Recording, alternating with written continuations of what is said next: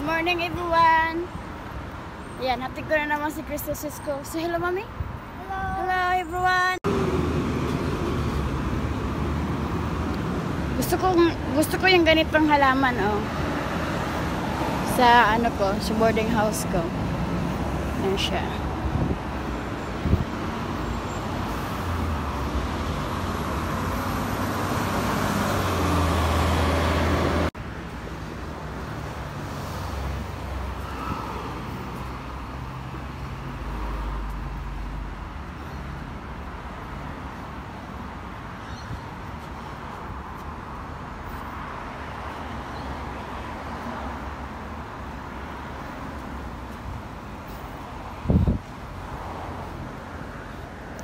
Nilalakad lang namin ni Crystal on. Sanay na kami maglakad. Ayan o. Sanay na si Crystal maglakad.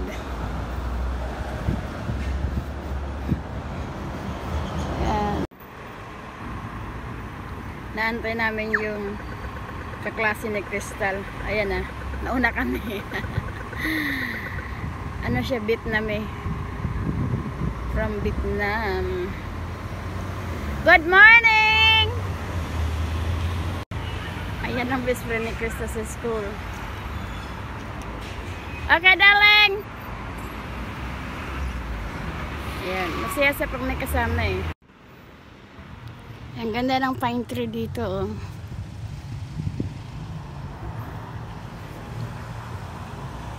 Ayan.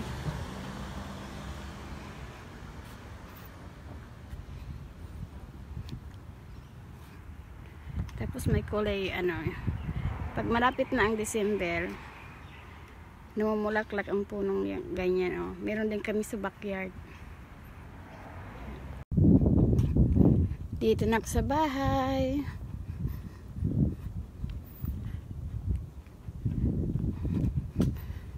Ayan. Ayan, nandito na ako sa bahay. So, meron ako ipapakita doon sa backyard namin. Meron doon na malaking puno na ang ganda-ganda ng bulaklak bago mag-December. Nagbo-bloom siya. As in, ang ganda-ganda. Pakita ko.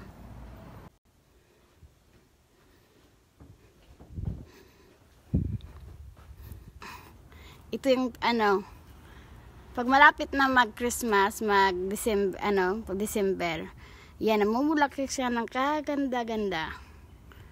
Tapos si Crystal nagagalit kasi ang daming mga laglag na bulaklak dun sa trampoline niya. Ayan. So nililinis niya to araw-araw. Tapos nagja-jumping siya. Yeah. Yan, ang ganda niya, oh. So, ayan. Pinakita ko yung bulaklak sa backyard. So, ngayon, meron din ako ipapakita yung exit up namin ni Tikay na gagamitin ko sa LS. Okay na siya. Kaya lang ang problema, yung mic. Hindi namin makunik yung mic sa pag mag-LS ka. Hindi namin nakukunik yung mga ipik. So, yun ang problema. Okay na sana. Kaya lang tatawag siya uli mamaya. Tapos, ayusin uli namin. Pero, okay na. Nakasit up na siya. Ito siya. So, ito ang aming small studio. So, may dalawa akong laptop. Yung isa, ginagamit ko sa mga tinutulungan kong, nagpapa-WH. Tapos, ito yung kay Crystal na piano. Ayan. So, minsan si Crystal nagigiming din. Kaya.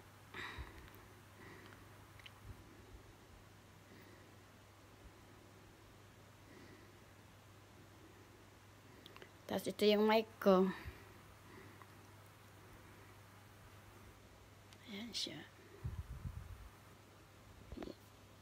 Dalawang laptop, yung isa pag si Krista na nagpi-play rin si Krista ng mga games niya. Tapos ito yung mic. Yan. Tapos ito ang piano ni Crystal. So ayan. So nakita nyo na yung ginawa ko kagabi. Nag-live testing ako, tapos wala mong palang ipik-ipik. Pero at least may mga pumunta. Salamat sa mga pumunta. So ngayon, gutom na naman si Inday. So magluluto na naman ako ng pang-lunch ko sa panghapunan na rin namin. So magluluto ako ng pork sinigang. Okay? Ayan nga pala, bago ako magluto, may kunti akong kwento. Ay sus, yung bagyo pala ngayon medyo malakas din. Malakas din? Kasi sa namin, sa lugar namin, lakas daw ng baha. Saka sa iba-ibang lugar, mas malakas ang baha ngayon kasi yung nakaraan, hangin. Ngayon naman baha. Diyos ko po, sana okay naman sila. Kukontak ko lang nung nakarang araw, ngayon wala na naman kaming kontak. Diyos ko po, kailan po ito matatapos? Grabe.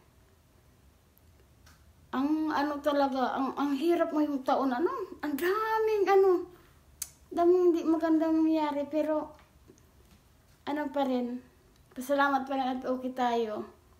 Anyway, so ito na yung niluluto ko, pork sinigang. Kasi ang gusto kasi sa sinigang yung maasim talaga siya, strong asim niya.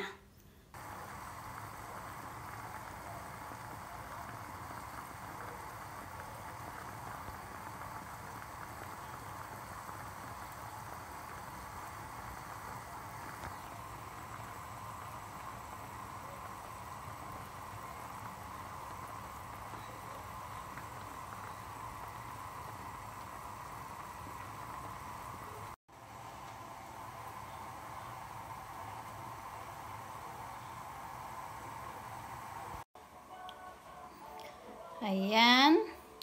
So, ito yung ingredients sa aking sinigang. Pork sinigang. So, pinapakulo ko yung baboy.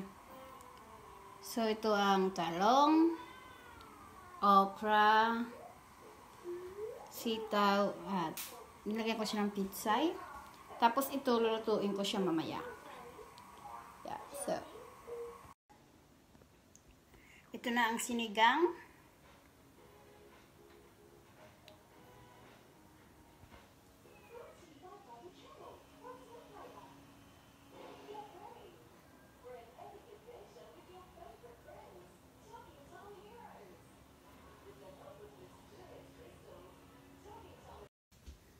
Ayan, luto na ang aking sinigang.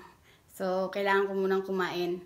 Tapos, pag-aaralan ko muna yung mga, yung mga ipik-ipik sa mic. Kung ano yung mga tunog-tunog ba. Pipindutin ko siya.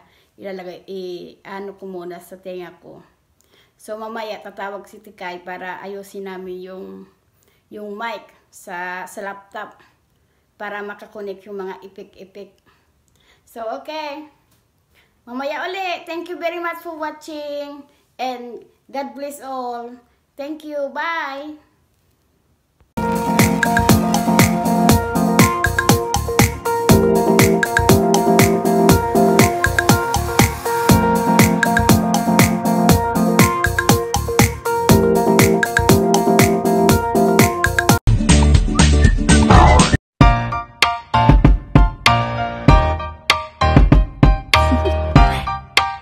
Do you want to know?